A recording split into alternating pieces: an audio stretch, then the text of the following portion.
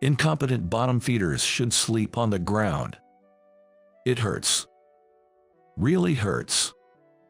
It seems I hit my body hard when I fell down the stairs. Lately, I've been so busy that I haven't been able to eat properly.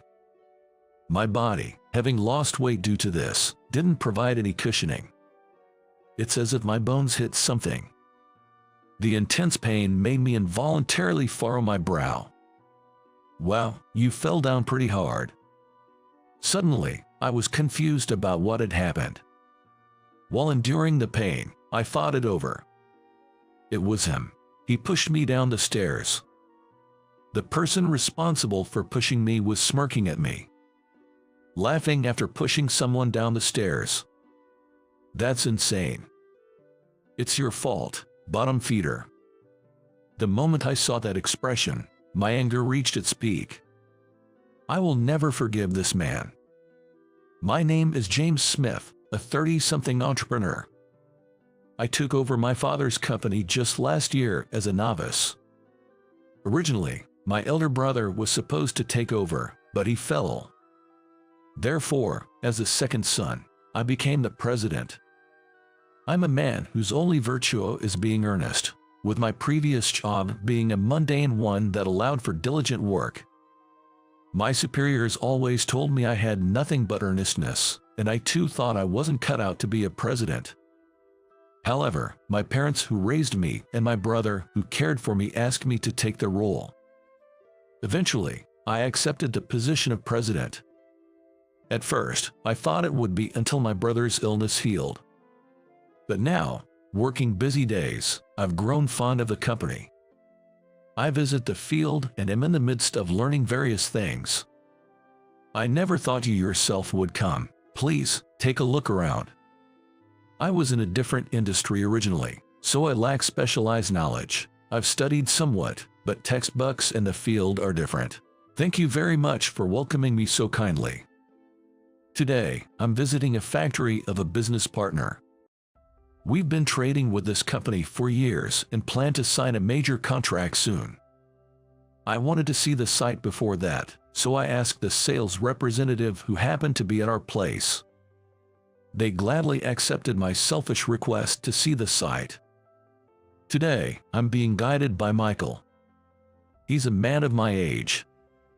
He's also earnest, and we get excited talking about work. Despite our different positions, we share the enthusiasm to improve our companies. Michael explains everything carefully, and I was glad I came when. Suddenly, there was a loud voice. Hey, incompetent, don't slack off. That's why you're incompetent. I was startled by the loud and cold voice. Incompetent. What did this person just say? From a distance, the person who shouted showed himself.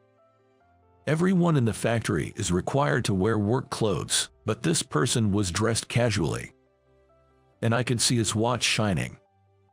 In this factory, dealing with precision machinery, wearing a watch is supposed to be prohibited.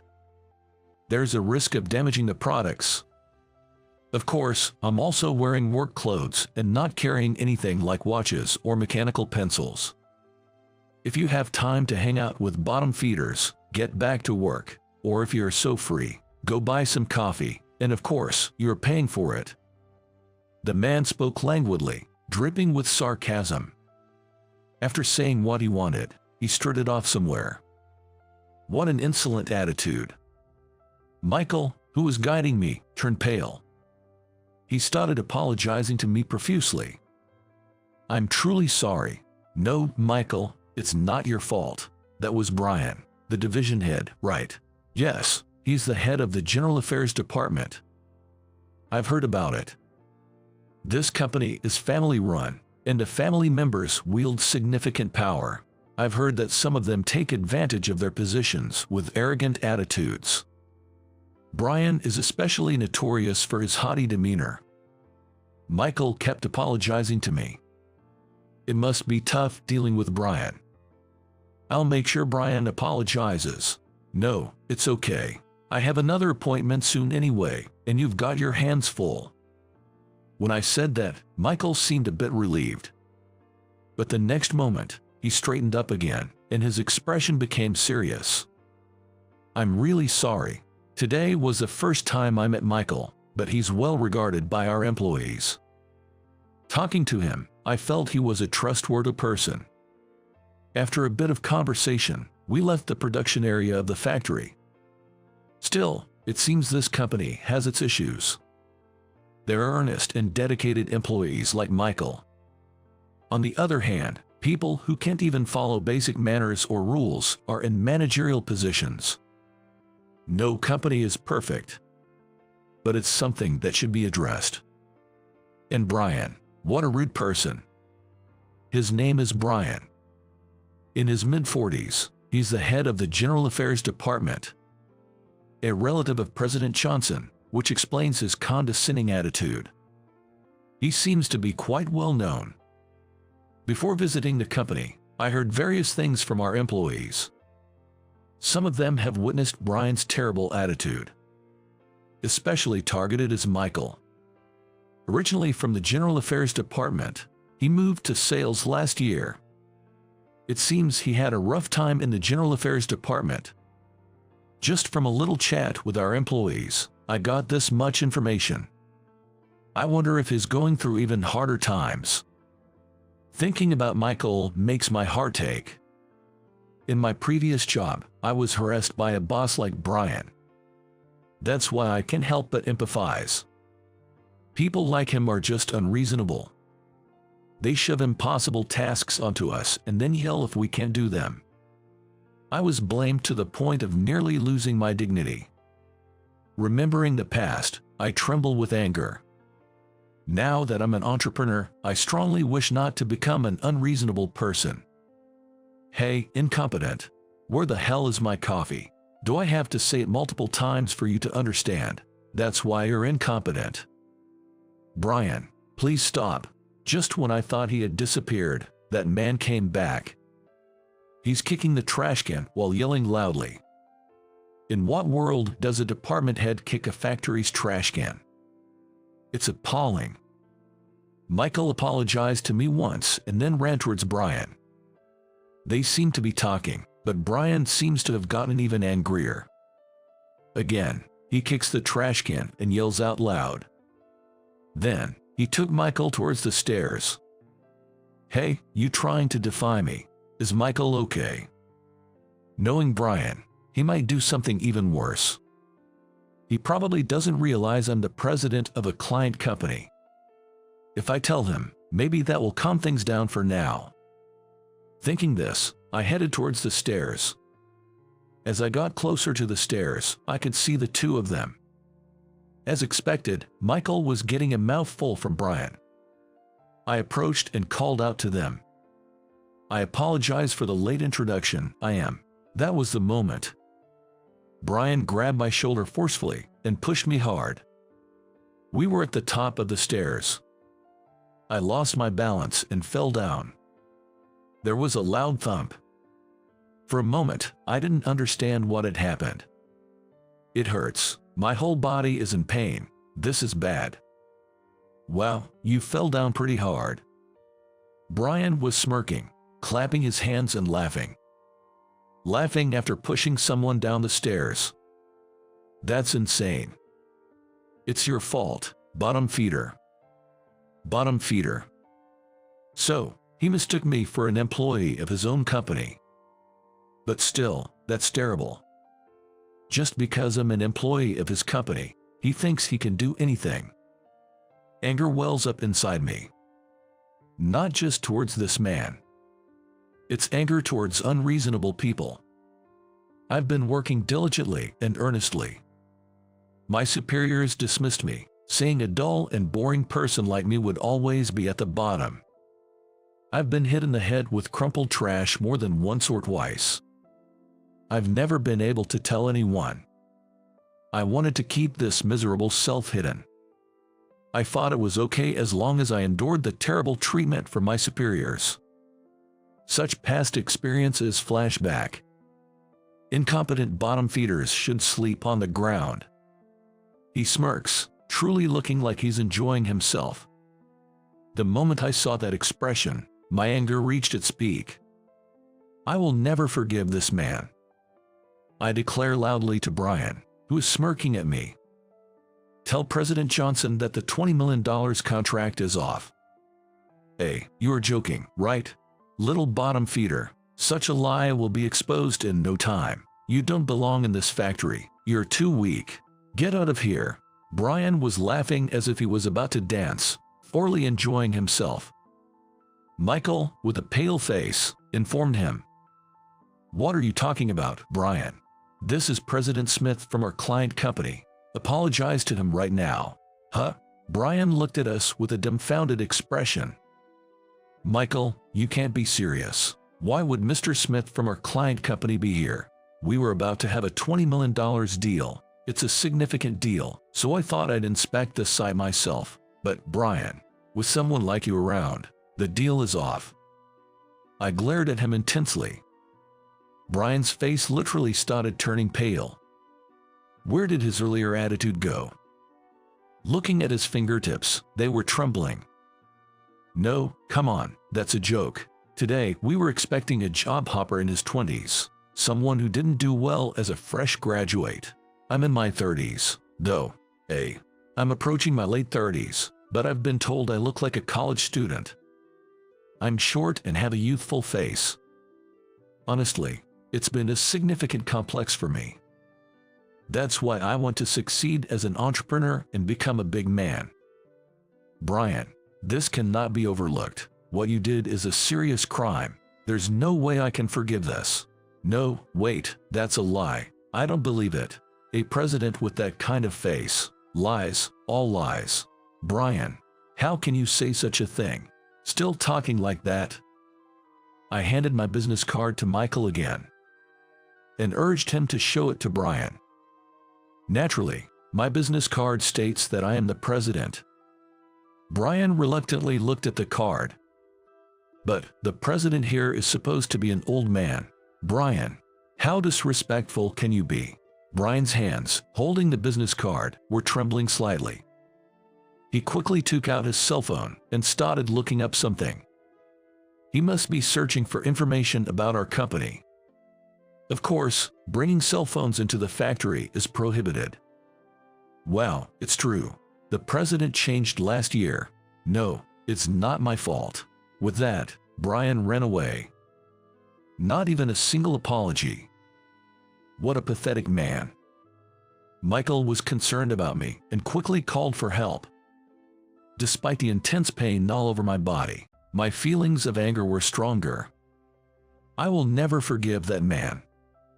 After Brian ran away, I immediately went to the hospital.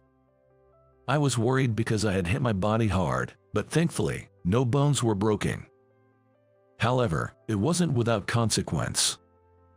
I got a medical certificate and called my lawyer, John, from the hospital parking lot. I explained the situation and asked for his support in taking legal action. When I returned to the company, President Johnson was there to apologize. He was talking at the company's entrance with the receptionist. Upon seeing me, Mr. Johnson immediately began to apologize. He also urged Michael to apologize. This action also angers me. Please stop this here. Can't you at least consider the place?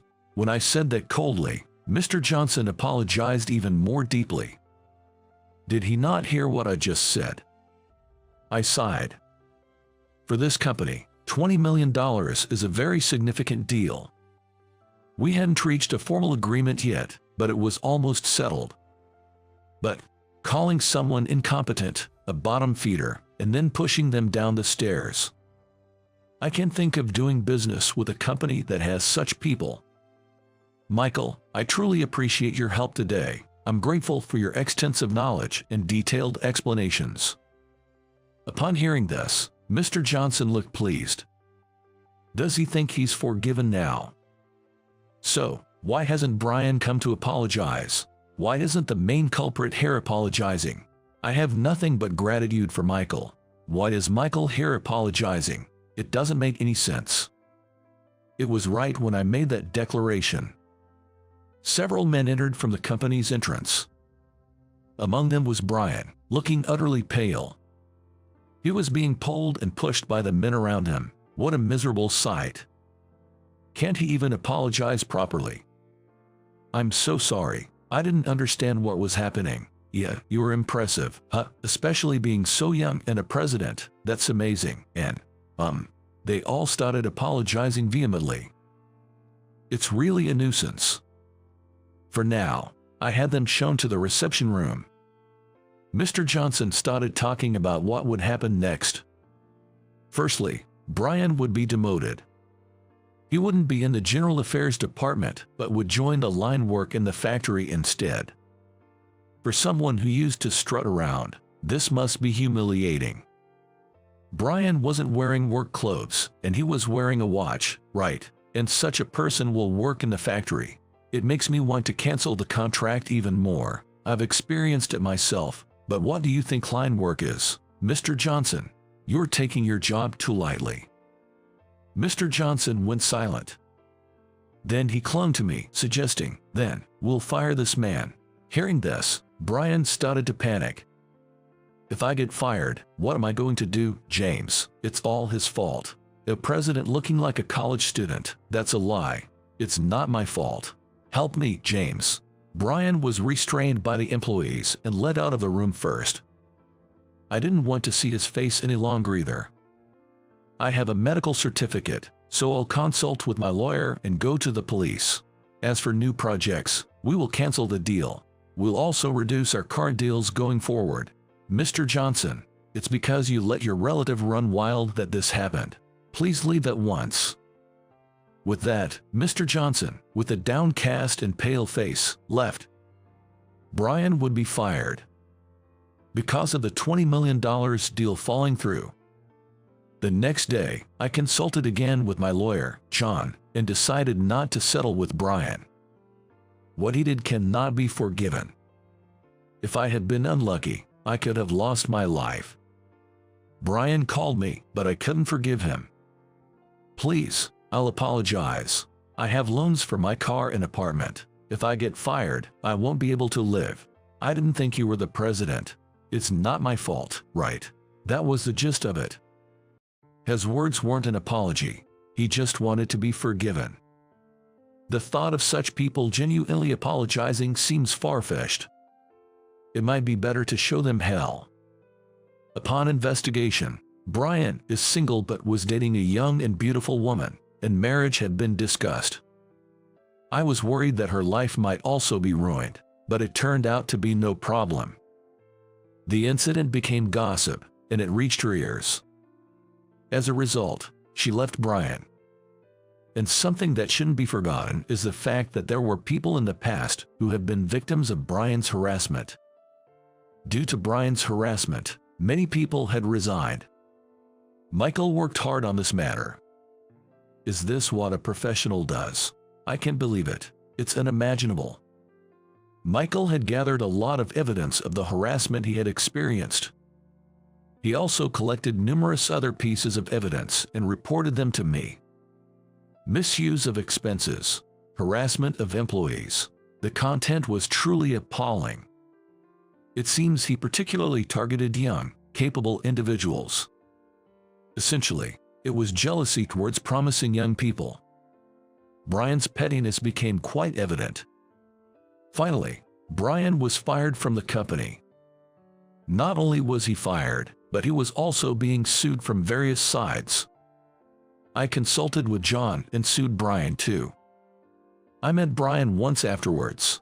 His once plump figure had started to thin, and his thick, brown hair was beginning to thin on top. In his own way, he must be struggling under the pressure.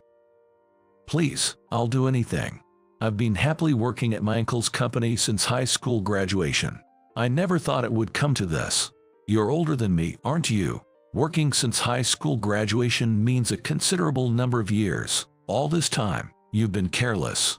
The company didn't deal with you because you're Mr. Johnson's relative. You're a problem, but so is the company. Brian came to our company a few times, so I had him escorted out by security each time. I had no intention of accepting his self-satisfying apologies.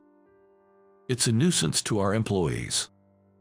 If he comes to the company again, I'll sue him for business interference. I told him not to come again if he disliked that idea. He loitered around the company for a while, but he should be looking for a new job instead. Eventually, I decided to officially cut ties with that company. I'm the president. Cutting ties with potentially risky companies is, I believe, only natural. I found better trading partners, so it was a great decision for me. The company seems to be in dire straits, but I think it's only natural. They let a bad employee run rampant just because he was family.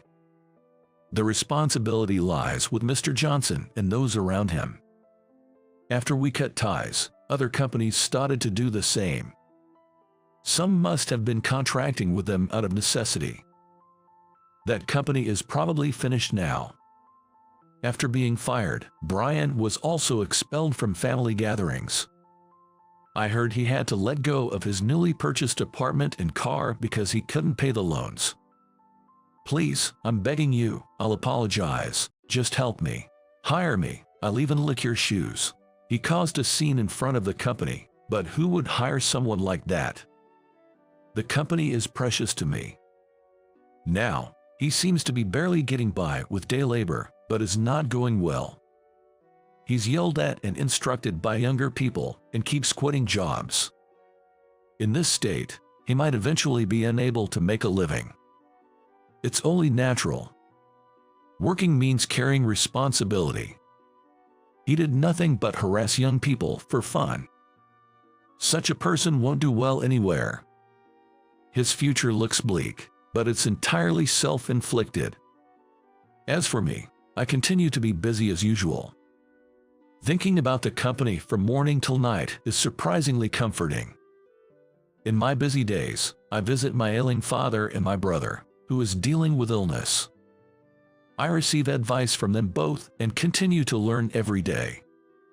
Without becoming complacent as a president, I aim to continue learning at all times. By the way, Michael is now working at our company. After hearing that he had resigned from his previous company, I scouted him and had him join our General Affairs department. General Affairs is an essential department that supports the company. It's a department where meticulous attention is required, and Michael is excelling there. And we make sure to compensate him accordingly for his achievements. Some may say that the work in General Affairs isn't glamorous. However, it's an indispensable part of the company. I aspire to be a president who recognizes such things and cultivates employees who can also recognize them. It reminded me of my previous job. The days I was troubled and cried over the unreasonable attitudes of my superiors.